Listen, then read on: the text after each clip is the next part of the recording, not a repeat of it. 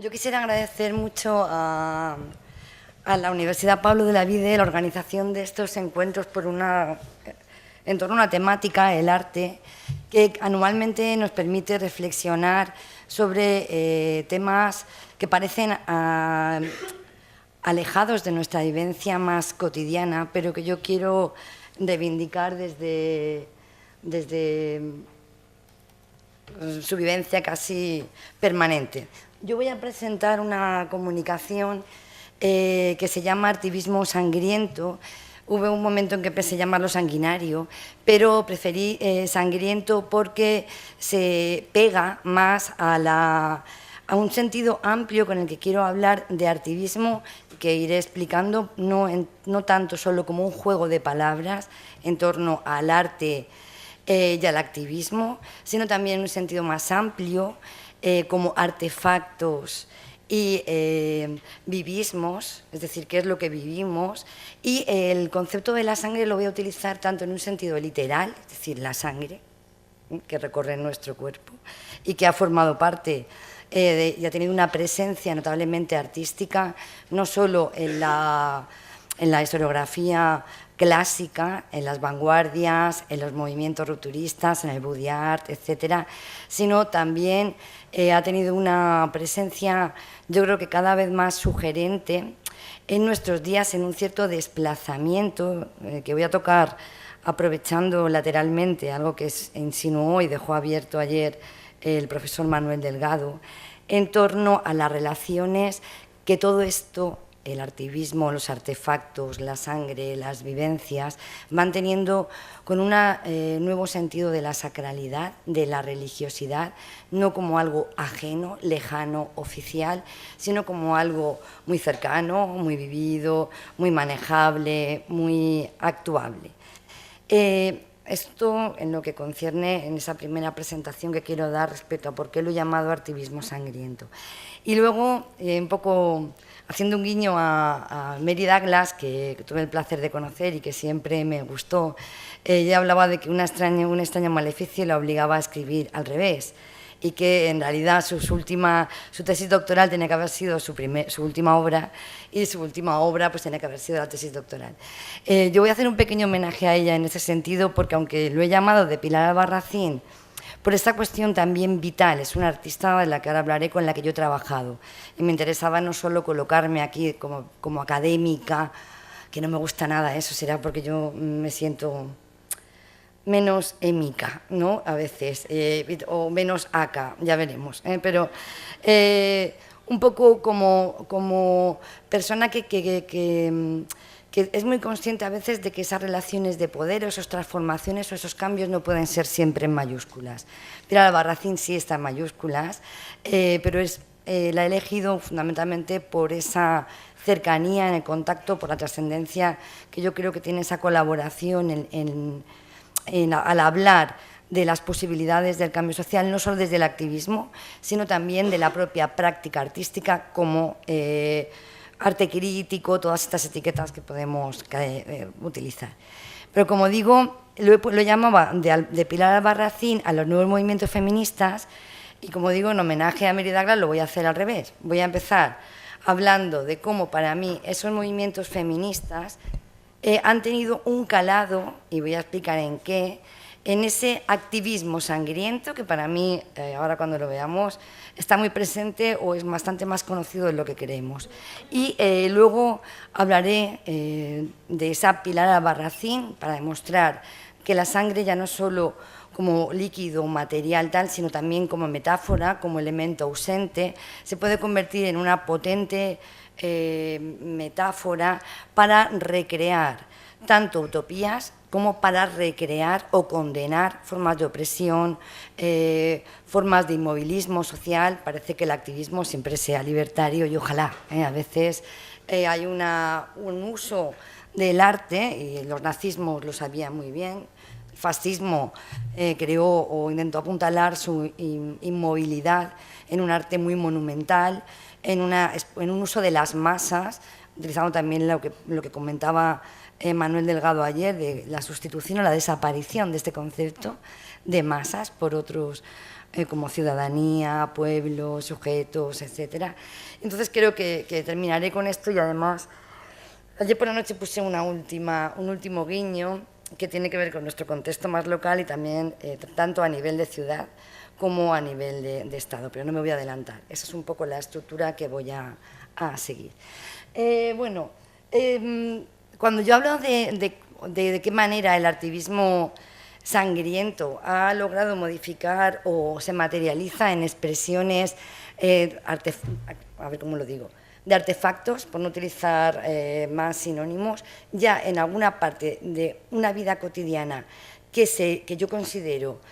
transformadora, distinta, donde el escepticismo se materializa en una nueva mirada, como muy bien comentaba Julia, en esa práctica del cuerpo, en esa apropiación, en esa manera de convertir tu propia sangre y tu cuerpo en una metáfora, como este mayor uso de las copas de luna. La copa de luna en sí misma ya es un artefacto que se aleja, aunque esté plastificado, pero se aleja de la áspera industrialidad del Tampax o de la babosería de las alas en las compresas voladoras, donde se nos promete que el olor de nuestros cuerpos huelen a nubes, no tienen materialidad tangible, o en los anuncios siempre se ofertan con un extraño líquido azul, eso lo sabemos, ¿no? En los anuncios la sangre menstrual está presente como si fuéramos bolígrafos Bics, ¿no? Es decir, aprovecho también este sentido del humor que tienen algunas para decir que menos mal que ya han inventado un bolígrafo para mujeres. Faltaba este detalle, ¿no? Que por lo menos somos como calamares porque tenemos tinta Bic y está en todos los anuncios. Yo he querido poner este otro anuncio de las copas menstruales que juega además a nivel formal con un guiño a esas otras estrategias de manipulación en torno a cómo vivir la menstruación, a cómo vivir la feminidad, entre comillas, pero bueno, de una manera distinta. ¿Qué cosas me parecen muy divertidas? Juegan con una estética de cómic. También es como la figura de una mujer años 50, ¿no? Con este mensaje guiño a Betty Friedman, a esa mística de la feminidad, donde ella hacía alusión a cómo muchas mujeres acudían a su consulta quejadas de un extraño mal, un mal que no tenía nombre, y era esta apropiación de su tiempo, de sus posibilidades de realización por la exaltación y el machaque a nivel publicitario del papel de amas de casa y esposas. Esto es distinto, juega con esa iconografía, pero con una gran alegría, ¿no? Dice, copas menstruales. Me encanta el guiño también anticonsumista de abajo, oferta navideña, ¿no? Que me parece muy bien, un 2x1 en el tiempo en el que el 2x1 siempre aparece fundamentalmente en las películas que incluyen lesbianas como una oferta máxima de 2 también por 1. Y luego viene una especie de pequeñas instrucciones muy fáciles, ¿no? Es decir, nada clasistas. Se colocan como un tampón, esto ya consuela, es decir, bueno, más o menos ya sabemos. Está muy bien, pero cuando te pones un tampón no viene con instrucciones, menos mal, porque las instrucciones a veces mejor no leerlas en este sistema capitalista. Pone que son reutilizables, otro guiño a un sistema de ahorro, de autogestión, de perdurabilidad, de 5 a 10 años, es decir, que es una buena inversión. Esto también parece un guiño con el sistema consumista. Son compatibles con cualquier deporte. Bueno, aquí empiezan a acercarse ya más al sarcasmo, igual que cuando dicen que no se sienten, no guardan bacterias, sin toallas sanitarias, no contaminan, y después muy poquito dicen, y por si fuera poco, están bien bonitas. Es decir, que hay una reivindicación también estética que más que por la forma del propio objeto o por la textura con la que está hecha, que es desde luego plástico, aunque hay diferentes modelos ahora, lo que me parece muy bonito es la poética en el nombre, copas de luna, es decir, algo que se está generalizando cada vez más y que permite ofertar otras representaciones para animar a su consumo, porque a mí esto me parece muy importante usar copas de luna, es también atreverse a ir en contra de un cierto sentimiento de asco, de rechazo, de reproducción, de ese tabú que rodea el líquido viscoso menstrual y que lo convierte en algo contaminante, en algo sucio, en algo olorosamente horrible. De hecho, esto permite que la industria genital pues venda desodorantes con extraños reclamos, ¿no? Bosques de flores del bosque, olores a no sé qué, en fin, bueno, aquello huele a todo menos a lo que huele.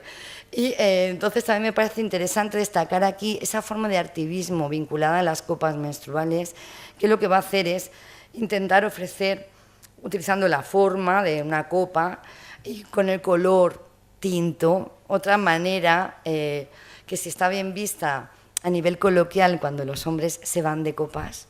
Que las mujeres se vayan de copas no está tan bien visto, ya sé que muchos disentirán o muchas, pero es por esencia, a nivel de estereotipo, un elemento masculino. Bueno, pues aquí se reivindican todas estas copas menstruales, copas de luna, como elementos cósmicos, también como señalaba Julia, esa importancia de crear o de reconstruir mitologías, de asociarnos no solo al cuerpo, sino también a los astros o a fuerzas generales que nos sacralizan y que permiten entender una copa menstrual que va a ser en este caso ya en color violeta, ya claramente con la sangre menstruando, derramándose, con un claro eslogan revolucionario por el planeta, por el confort y también una manera de apropiarte, de poder usar tu cuerpo, tu sangre y tus fluidos. Un segundo elemento que a mí me parece muy interesante en torno a este activismo sangriento es, ya no es individual, como en el caso de las copas de luna, sino que tiene que ver con siembras menstruales que reivindican toda una forma de vincularnos ya no a la luna, sino a la tierra. Es también una reivindicación de los saberes indígenas, es una reivindicación, he traído una pequeña muestra, es, como digo, una representación colectiva que lo que intenta es subrayar el carácter no solo no contaminante, sino fertilizante de exaltación de la vida, de la no violencia, de la sangre menstrual. Ahora voy a tener un problema porque no sé cómo poner el pequeño vídeo, pero esto me suele pasar a mí siempre. Entonces lo voy a poner brevemente. Me parece muy bonito porque el título, por ejemplo, se llama Ofrendando nuestra sangre menstrual. Y son...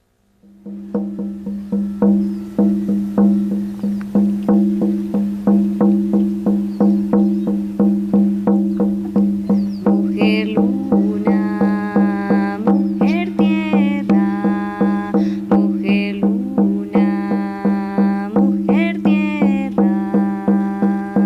Tengo la luna en mi vientre, tengo la tierra en mi ser. Tengo la luna en mi vientre, tengo la tierra en mi ser. Soy mujer poderosa y vuelvo a florecer. Soy mujer poderosa y vuelvo a florecer. Mujer luna, mujer tierra, mujer luna. Cuando las mujeres tenían la conexión profunda con la Madre Tierra, pues no necesitaban otros instrumentos diferentes a su propio cuerpo para poder hacer esa unión. Y en sus tiempos de luna, en sus tiempos de menstruación, simplemente dejaban que su sangre bañara la tierra.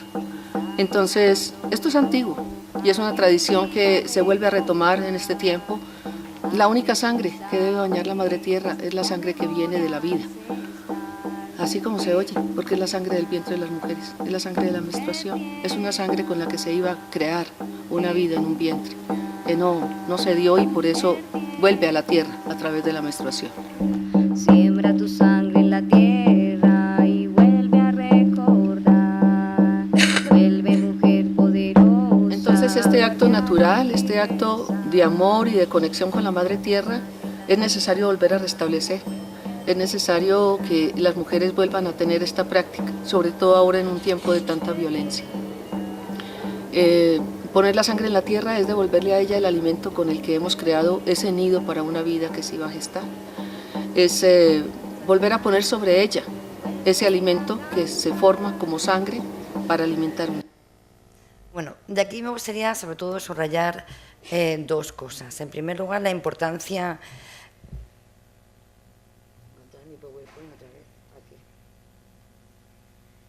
La importancia... Ay. Sí, porque siempre me pasa igual con esto.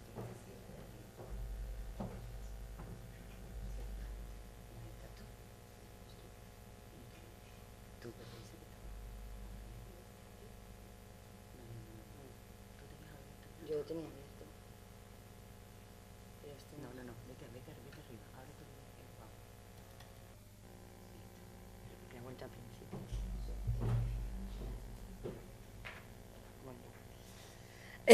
Me parece interesante fundamentalmente esta cuestión que tiene que ver con los rituales, con la creación de nuevos rituales, pero lo fascinante que supone anclarlos en un tiempo colectivo, considerarlos ancestrales, cuando es una ritualización, es mucho más reciente, pero se juega con ese tiempo y con una manera de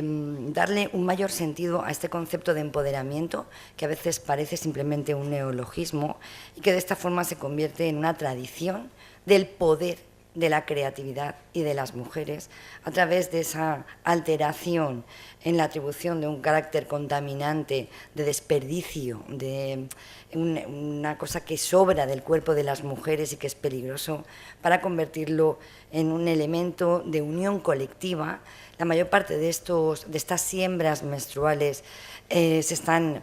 realizando ya en espacios, entre comillas, públicos, que también me parece interesante, porque frente a la copa de luna que convierte el órgano genital en algo menos privado, más cósmico, en algo que puedes mirarte, que puedes compartir. En el caso de las siembras menstruales hay también un hilo casi de creación mediante los cánticos, mediante el uso de determinados instrumentos, mediante un lenguaje recitativo, no ya de una performance o de una acción en el sentido artístico, sino de un retomar aquello que estéticamente nos convierte o nos configura en posiciones estructurales de mayor ventaja para las minorías, por razón, en este caso, por ejemplo, de sexo. Un tercer elemento que a mí me parece importante en esta globalización del activismo sangriento van a ser las exposiciones menstruales, quizá las que son más conocidas, es decir, el uso de la sangre menstrual para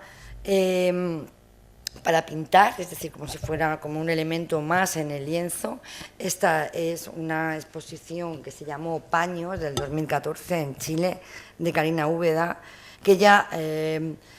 tiene una pequeña introducción en la que explica que se decidió acumular su sangre menstrual para poder realizar este tipo de actividades. Bueno, era para darle también otro elemento y para reivindicar esos saberes femeninos que incluso en la propia exposición parecen más bordados, ¿no? Es una forma de pintar, bordar esos paños que las mujeres utilizamos. Como digo, hay muchísimas cuestiones que tienen que ver con estas exposiciones menstruales. Este es, por ejemplo, el icono de una artista de Bastardilla, es colombiana, y ella utiliza también la sangre menstrual para crear espacios dentro incluso del terreno del campo artístico, en palabras de Bourdieu, donde lo cósmico, donde la unión entre mujeres, donde la unión entre los colectivos de mujeres se convierta en un arma de protesta o de subversión contra los poderes hegemónicos, masculinos, heterosexistas, etc. Por ejemplo, aquí, no sé si se aprecia bien, pero es esta fusión de mujeres ensangrentadas, pero brillantes, con una purpurina lunar, donde los cuerpos se revuelven, se tocan y crean no solo espacios cósmicos o espacios privados de autogestión, sino también imaginarios colectivos donde la naturaleza, en ese caso el sentido del verde, donde lo marcado, donde hay un cuerpo que tú tocas porque te pertenece, y que viene un poco a resumir estas cuestiones. También, bueno, en el caso del Estado español, dentro de estas exposiciones, de lo que ha habido muchas, va a haber una serie de manifiestos menstruales que a mí me interesa destacar porque han tenido una gran importancia como colectivo, fundamentalmente en Madrid, donde Sangre Menstruante pues lo que hizo fue extender esta metáfora a obras artísticas, a performances políticas de nuestro tiempo y además lograron una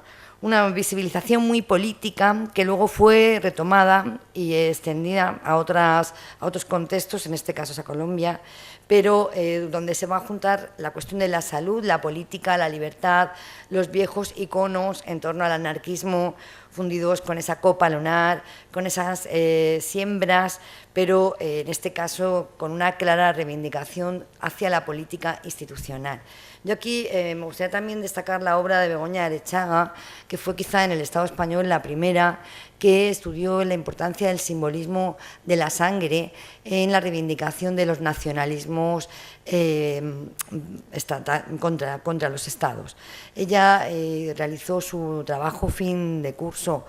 en torno al papel de las mujeres en el nacionalismo vasco y lo que fue más tarde su tesis doctoral en torno al papel de las mujeres y de la sangre entre las presas del IRA. Eso dio lugar a un artículo que es muy interesante porque lo que ponía en manifiesto es cómo frente al empleo o al uso de ciertos desechos como un elemento de activismo político, de llamar la atención, de conseguir denunciar una situación injusta, el hecho de que muchos hombres presos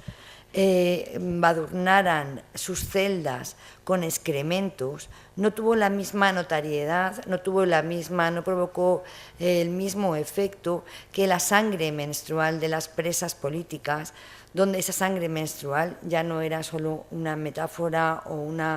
un elemento que nos ligaba a la vida, a la tierra o a la luna, sino que era un elemento que se convertía en un símbolo de la libertad de un grupo políticamente oprimido como era en este caso el pueblo irlandés.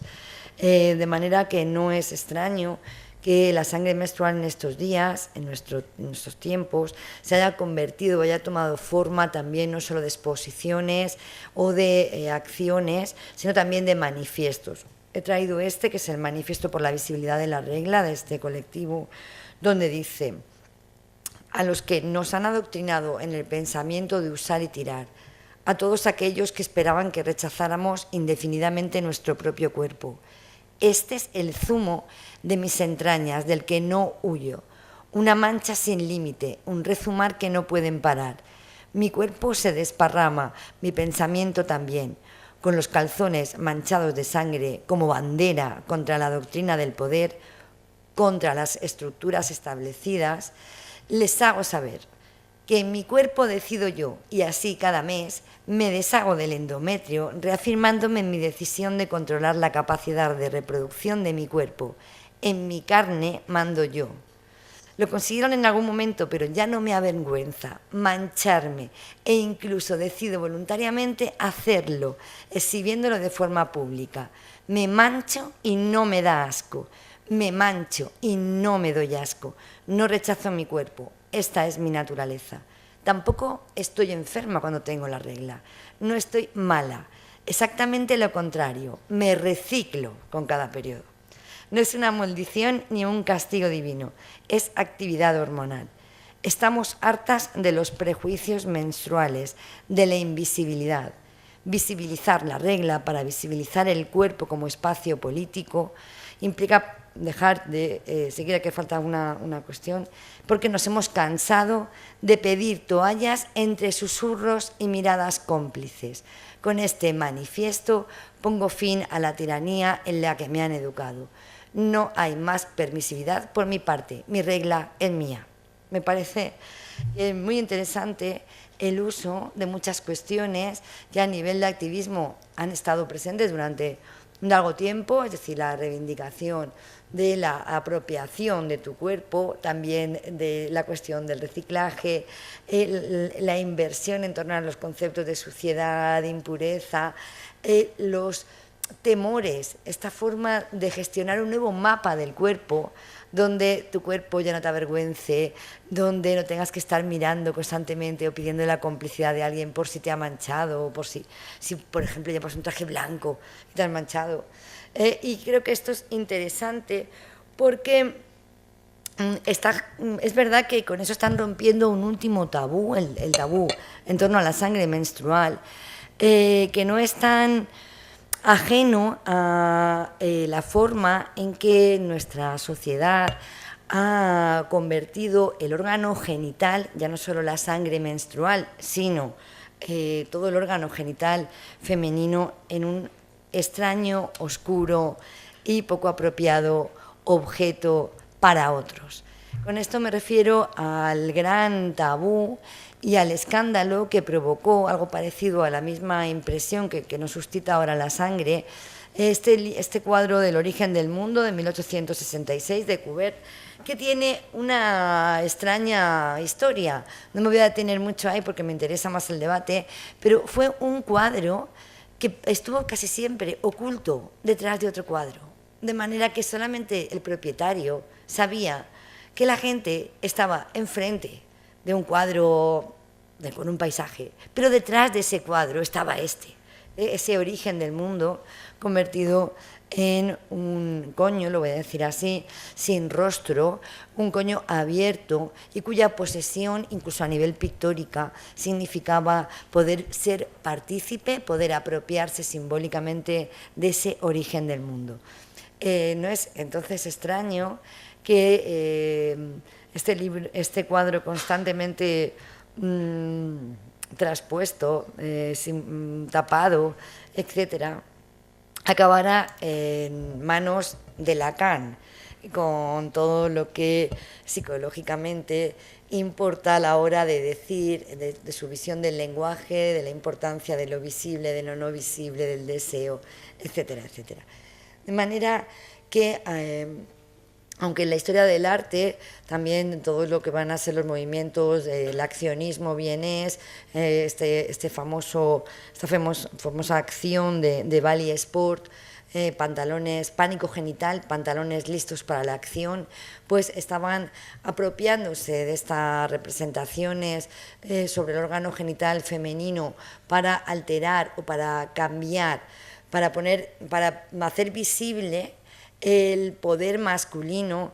sobre un órgano que cuando se exhibía libremente y sin tapujo dejaba de ser tan deseado en la oscuridad de los cines pornográficos o en el confort de la complicidad en los clubes de alterne entre hombres. Me refiero a esta acción que ella desarrolló, esta es solo una fotografía, pero ella desarrolló esta acción en las afueras de un cine pornográfico de los años 70-80. Quienes tenemos más edad sabemos que aquí en Sevilla teníamos también nuestros cines secretos solo para hombres pornos, uno muy famoso cerca de la Alameda, donde además, por ejemplo, pues gente peculiar, entre comillas, dedicado al mundo del arte más folclórico, de las artes populares, por ejemplo, Enriqueta la Cachonda, que es un hombre que tiene ya pues 70 y tantos, 80 años, pero que vive en el barrio de la Alfalfa. Todo el mundo se refiere, para vestido de hombre, se refieren a ella en femenino, y él fue uno de los que limpiaba habitualmente estos bares, estos cines porno, que estaban en el centro de la ciudad, pero se hacían invisibles. Quiero decir, el contraste entre la vagina del origen del mundo, que había que tapar para que nadie pudiera verla, pudiera hacerse con el secreto, frente a la ostentación, el poder de tener cines porno en plena ciudad en los años 70 y 80, pero que parecían invisibles para todo el mundo, porque igual que la invisibilidad del cliente en los clubes de alterne, fue lo que quiso poner de manifiesto Bally Sport. Ella se colocó delante de uno de estos cines y esperó a que salieran de ese anonimato los espectadores para proponerles sexo gratis, por eso él se llama pánico genital, no el de ella, el de ellos, porque cuando les ofrecía sexo directo con estos pantalones listos para la acción, donde el ofrecerse era solo dar la posibilidad de introducirse en el agujero, ya no en ese recículo lunar, ni en esa fuente para las siembras menstruales, sino un agujero recortado en esos pantalones, donde la tierra está presente por los pies de ella, pies descalzos, pero una construcción desde arriba de poder, de violencia, con una chaqueta de cuero, una metralleta, el pelo encrespado y a lo loco. Es decir, esta forma de cohibir lo que en el secreto o en la intimidad del cine se permitía. En contextos más locales, Pilar Albarracín, que nació en Sevilla, es una artista sevillana, nació en 1965, ha destacado fundamentalmente también desde esta época, por eso he dicho que quiero partir desde el principio, luego acabaré también en el presente, pero para mostrar cómo hay una larga tradición de usos en torno a la carne, a la sangre, en la actividad artística, digamos, oficial, gestionada, pagada, para que ciertos artistas pusieran su cuerpo y su sangre en estas producciones que iban desde los museos hasta la calle, como una forma de alterar o de cambiar no solo las experiencias estéticas, sino también nuestras cosmovisiones en torno a los cuerpos de las mujeres o los cuerpos de los hombres. He enseñado una de las performances de las acciones de Ballet Sport, y Pilar Albarracín en los 80, especialmente en el año 92, durante todo el periodo de la Expo, se dedicó a colocar su cuerpo no solo en escaparates, estuvo durante mucho tiempo haciéndose como maniquí, como si fuera un maniquí. Lo curioso es que la gente pasaba por las tiendas y no veía la diferencia entre el maniquí y Pilar Albarracín. Pero en el 92 también se hizo muy famosa por una serie de performances donde ella exhibía su cuerpo tirado en el suelo, ensangrentado, y nadie hacía nada. Es decir, hay que recordar que se trataba de la época del SIDA, de ese gran temor a una sangre que podía matarte, con ese miedo hacia también ese no querer tocar, no querer meterse en ningún tipo de violencia o de maltrato, y que ella va a poner muy de manifiesto, como digo, en estas acciones que utilizan el espacio público, el espacio de transición, las calles, los edificios, para ocuparlos y darles un sentido artístico diferente, para convertirlos de repente en un escenario donde no solo la experiencia estética, sino la toma de conciencia obliga a repensar las manifestaciones, por llamarlo de una manera ortodoxa, del arte más popular. Por ejemplo, en esta obra del El Duende, es el duende, claro, tan volado, ¿no? Porque ella va a mostrar toda su fuerza escalando este edificio, vestida pues de sevillana, lo que resulta bastante incómodo, pero que va a poner muy de manifiesto esa otra metáfora de con dos cojones, esa especie de atribución donde no hace falta tener atributos masculinos, donde no hace falta ir vestida con pantalones para poder tener o generar una nueva mirada, no solo sobre la creación artística, sobre las construcciones de hombres y mujeres, sino también sobre las fuentes de inspiración. No es por casualidad que tengamos un imaginario que sexua también los orígenes de la creatividad. Pensamos en las musas como mujeres etéreas, asexuadas, que sirven para inspirar y para potenciar el trabajo artístico que se define fundamentalmente como masculino. En el caso del flamenco, esa fuente de inspiración está más diluida, no está tan asexuada, es el duende, porque parte mucho más no de una producción artística única, individual, desde el creador hacia el público que puede entenderlo o no, sino que el flamenco parte de esa mayor confusión entre los modos de vida, los modos artísticos, es decir, desde los jaleos, el uso de determinados cantes, las letras, los palos, tienen que ver con una historia vivida, donde el duende es la comunión, la experiencia de que se ha logrado una ejecución, tanto por parte de los espectadores que participan de la obra como por parte de los artistas, que ha conseguido conmocionar, elevar el estado, la experiencia artística, aunque sea a través del dolor. He elegido esto porque me parece que es importante cuando hablamos de artivismo. Hasta ahora he hablado bueno, he hablado de muchas cosas, pero he intentado a nivel elíptico focalizar mi atención, porque me gustaría que con esto el debate pudiéramos, bueno, pues, intercambiar algunas impresiones al respecto en torno a los espacios, desde el espacio más íntimo de la Copa de Luna hacia los espacios oficiales del arte, los museos, las performances, las subvenciones, pero también he querido focalizar mi atención hacia quiénes hacen qué cosas y cómo se reciben, porque creo que sin esta versión mucho más holística, mucho más antropológica, no podemos entender un uso de la sangre que aquí en Pilar Albarracín ha sido una constante en muchas de sus acciones desde los años 80 y 90, como una forma de cuestionar o de, como ella me decía una vez, la sangre asunta es lo más profundo, es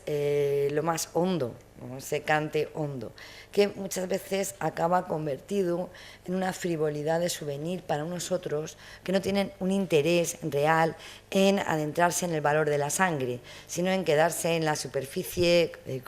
cromática y muchas veces frívola de las visiones del turismo, de estas figuritas de la mujer de lunares, donde ella también hace de muñeca, o en estas postales. Ahora voy a tener que hacer problema porque sí que me gustaría que pudiéramos escuchar, es muy pequeñito, esta exposición sobre lunares que hizo Pilar Albarracín.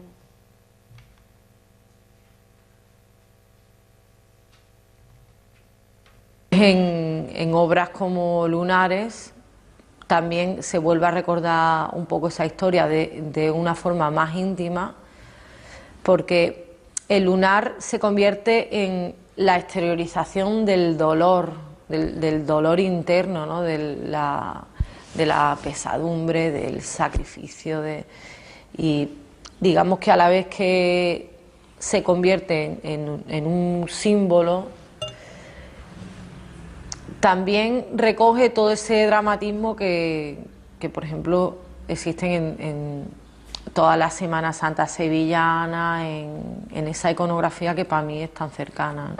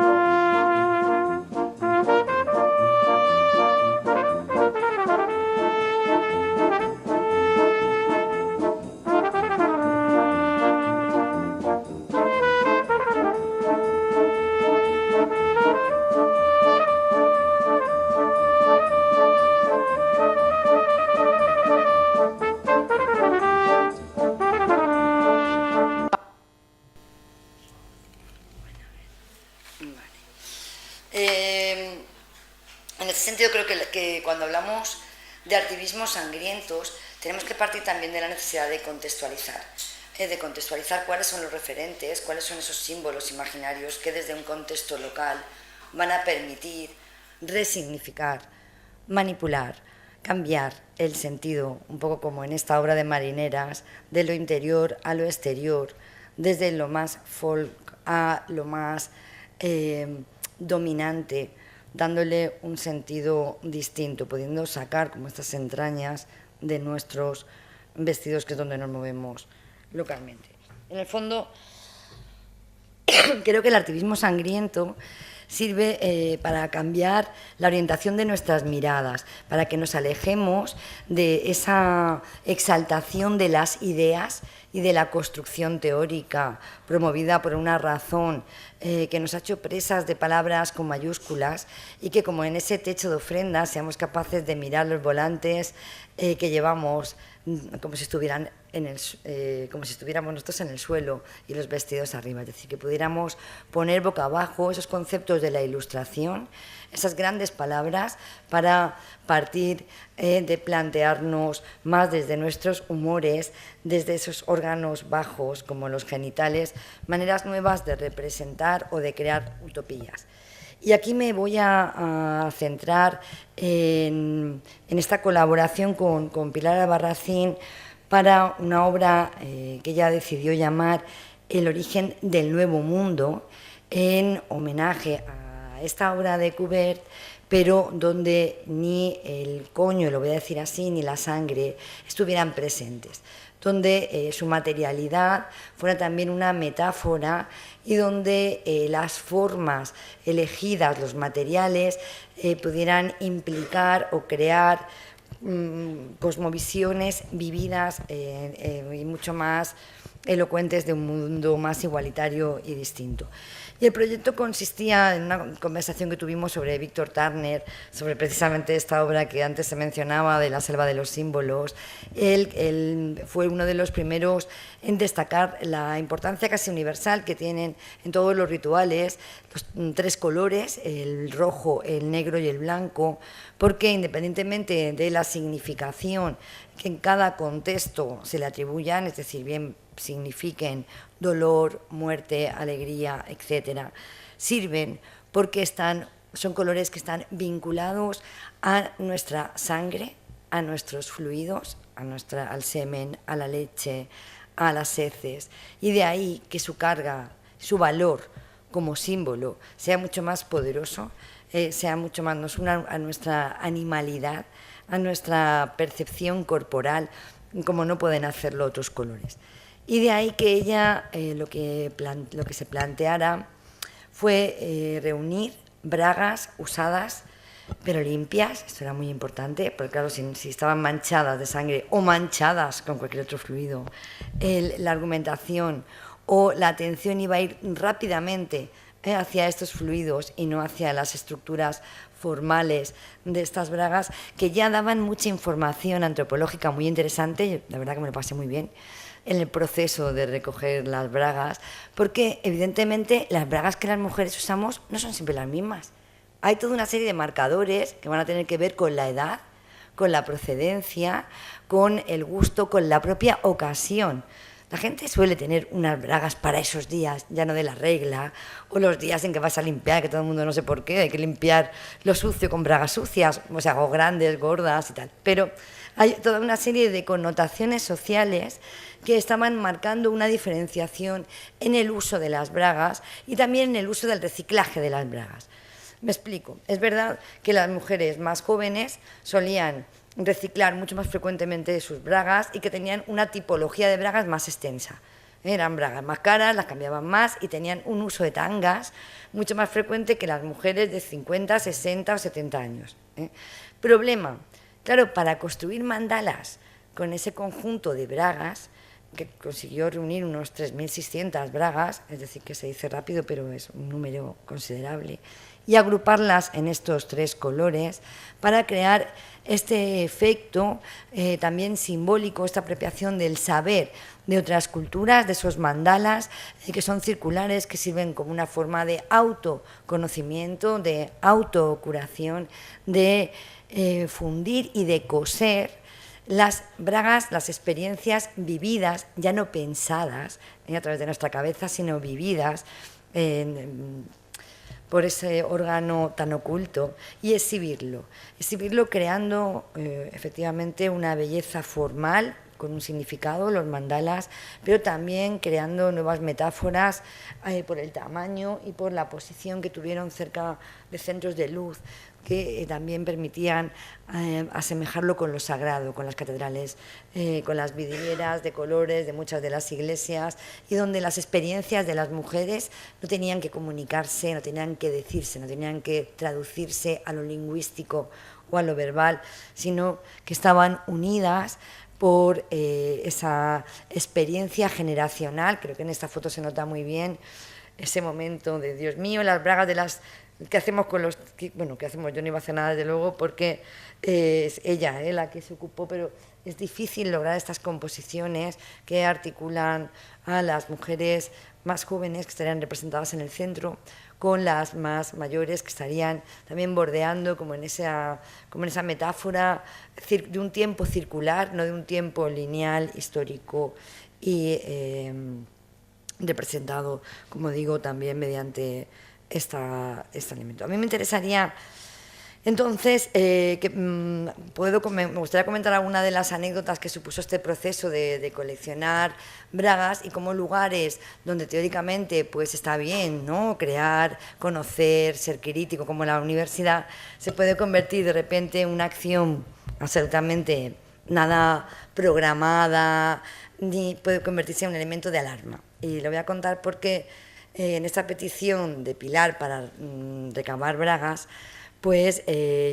yo me atreví, claro, a pedírselas a mis alumnas, ¿no?, de las clases que doy. Y una de ellas es la asignatura se llama Antropología de la Sexualidad. Entonces les expliqué, claro, quién era Pilar Albarracín, porque en un primer momento, cuando ella me contó su proyecto y nos entusiasmamos con esto de recoger bragas, Víctor Tarne, los colores y tal, estábamos en un bar, de repente nos fuimos a pedirle a la gente bragas, ¿no? Oye, pues podíais dejarnos bragas, ¿no?, que tengáis y tal. La reacción que tuvimos ahí en ese bar, y eso que eran amigos míos, fue increíble, ¿eh? Rápidamente era, oye, si necesitas bragas, vete a comprarlas a los chinos. Era como, mira, no. Es decir, siempre había una cuestión del recelo, de la sospecha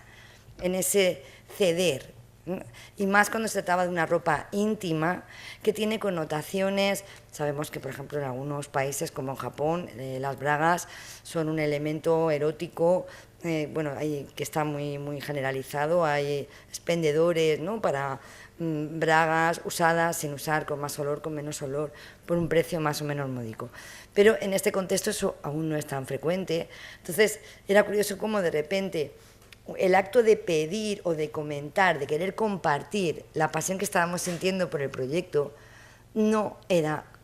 posible. Se veía completamente cortada por una serie de supuestos, de prejuicios que funcionan, y funcionan muchas veces con la rapidez de lo inconsciente. Esto me refiero en un grupo, en un bar, donde se puede hablar de estas cosas y donde estamos rodeadas de personas ideológicamente cercanas. En el caso de la universidad, yo expliqué primero quién era Pilar Albarracín, les puse uno de los documentales que pueden encontrar en la red, que le dedicó Metrópolis, un programa serio de la 2, que demostraba que no era una cesión para usos particularmente eróticos, ni que tampoco quería yo beneficiarme de esa compilación de bragas juveniles para, algo que no tuviera un valor y una importancia en sí mismo. El caso es que la colaboración, la verdad, fue muy buena, y muchas veces, claro, el lugar, el tiempo, pues hace que me dieran estas bragas siempre en bolsas de plástico, pero muchas veces no en la propia clase, sino como yo suelo acudir mucho al patio porque soy una gran fumadora, pues me daban, ¿no?, ahí en el patio bolsas de bragas, y yo, como tenía otras cosas en la cabeza, pues no era muy consciente de lo que tenía en la mano, ¿no?, ese montón de bragas en bolsas, que en uno de los casos pues eran bolsas transparentes y se veía que había bragas ahí. Camino de mi departamento para dar otra clase, veo a mi director que me mira, se alarma y me pregunta con un gesto nada, que no había posible ningún tipo de malentendido, ¿de dónde vienes? Y claro, yo contesté, pues de Antropología de la Sexualidad, que era verdad. Y aquello ya fue como, Dios mío, qué desastre, ¿qué estás haciendo? Tú la vas a liar. Le dije, no, pero si es para una obra de arte. Y me dijo, ya, una obra de arte. Entonces, creo que es importante también ver cómo en nuestra vida cotidiana podemos hacer mucho artivismo, que a veces es más o menos sangriento, y entiendo aquí la palabra de la sangre como una metáfora para poder construir o hablar de estas actitudes, de donde la sangre o el deseo, la apropiación del cuerpo se convierten en un tema controvertido, donde se crean enfrentamientos, donde no se parte de un activismo solo desde un lado, sino donde va a haber oposiciones, recelos, palabras que enjuician, descalificaciones, etc. El uso de la sangre, y me parecería también pernicioso si al menos no lo dijera, se ha activado de una forma muy grotesca, especialmente por las asociaciones pro vida con el tema del aborto. Es decir, una forma de mostrar el carácter de la sangre vinculada a la muerte, al asesinato, a la maldad, se pone muy de manifiesto en ese activismo de derechas, de extrema derechas, de las mujeres pro vida, muchas de ellas muy jóvenes, que intentan, por ejemplo, en la propia universidad lo que hicieron fue llenar las ventanas de muñecos ensangrentados, que era un pedazo de feto, quiero decir, claro, para que lo vieran, era como un muñeco de estos, tamaño maxi, todo ensangrentado, y que también tiene que ver con la cuestión a nivel argumental y plástica del carácter sagrado de la vida. Es decir, hay una sangre que humillaba a las personas que defendían o que manchaban a las personas que defendemos el aborto. Y de ahí también que en las procesiones del coño insumiso se hayan envuelto en toda esta gran polémica ensangrentada, de conflicto ensangrentado, aunque no haya sangre, por parte del coño insumiso, que ha utilizado una iconografía, voy a ponerlo, pero bueno, donde en la denuncia que le pusieron los abogados, una asociación de abogados católicos, a estas mujeres que protagonizaron, por cierto, la procesión en un día que no era Semana Santa, es decir, que lo celebraron el día 1 de mayo, que simbólicamente es el Día de los Trabajadores, y entonces, bueno, pues sacar el coño en procesión tampoco era tanto. Pero bueno, esto está sacado directamente de la denuncia, y donde ellos lo que decían es que pregonar oraciones de este tipo, que era lo que decían este colectivo, este activismo de creo en mi coño todopoderoso, creador del cielo y de la tierra, creo en mi orgasmo, mi única norma, nuestro placer, que fue concebido por obra y gracia de mis pulsiones sexuales, nació de mi decisión libre, padeció bajo el poder del terrorismo machista, fue condenado, quemado e invisibilizado, descendió a los infiernos con el pasar de los siglos, resucitó de entre las represalias y subió a los cielos. Está localizado en la parte superior de mi vulva y desde allí viene a proporcionarme placer mientras esté viva y hasta que muera. Creo en mi útero sagrado. Me lo suda la Santa Iglesia Católica. Creo en el bucaque de los santos, el pendón desorejado, la eyaculación de la carne y la corrida eterna. Himen y la diosa te salve, vagina, llena eres de gracia, el coño es contigo. Bendita tú eres entre todas nuestras partes y bendito es el fruto de tu sexo, el clítoris. Santa vagina, madre de todos, ruega por nosotras liberadas, ahora y en la hora de nuestro orgasmo. Amén. Y otra de las cosas de las que se quejaban es ni en el nombre del Padre ni en el del Hijo, sino de nuestro santísimo coño. Que esto, afortunadamente, no haya pasado a mayores, aunque esta asociación continúa amenazando con que lo van a llevar a instancias jurídicas superiores, porque para ellos, les hierve la sangre, utilizando esta metáfora también, esta cuestión. Y ya para terminar, hablando también de cómo se puede hacer activismo sangriento, con otras metáforas, con otros elementos muy recientes. Me gustaría terminar con una exposición de Pilar Albarracín, está ahora, vigente, la podéis ver, y que se llama En Sevilla hay que morir, como la sevillana, ¿no? En Sevilla hay que morir, por supuesto, esta es mi interpretación, consiguió, yo creo que una acalorada, ¿no? Con entusiasmo, aceptación, puesto que esta ciudad, y no quiero criticarlo, sino estoy hablando un poco de en general, su idiosincrasia, es un tanto narcisista y apegada a la belleza incomparable de sus edificios rituales, etc. De manera que algo que se llama En Sevilla hay que morir, imagino, esto es una hipótesis, que sería muy bien recibido, muy aclamado por los agentes del mundo artístico, por la política, etcétera, etcétera, para representar a nuestra ciudad. Pero Pilar Albarracín ha aprovechado esta circunstancia, este espacio puramente artístico, con todo lo que significa a nivel de proceso, para plantear qué significa ser artista en Sevilla y hasta qué punto hay que morir en este intento. Ella comienza en esa exposición que mucha gente no entiende, esta también me parece importante, porque creemos que el activismo tiene que ser siempre leído o tenemos que ser cómplices de todos los tipos de activismo, que entendemos todos los activismos sangrientos. Y yo lo que quiero es reivindicar de todas las formas, desde las más explícitas a las más sutiles, desde las más elaboradas desde la literalidad de la sangre hasta estos chorizos de terciopelo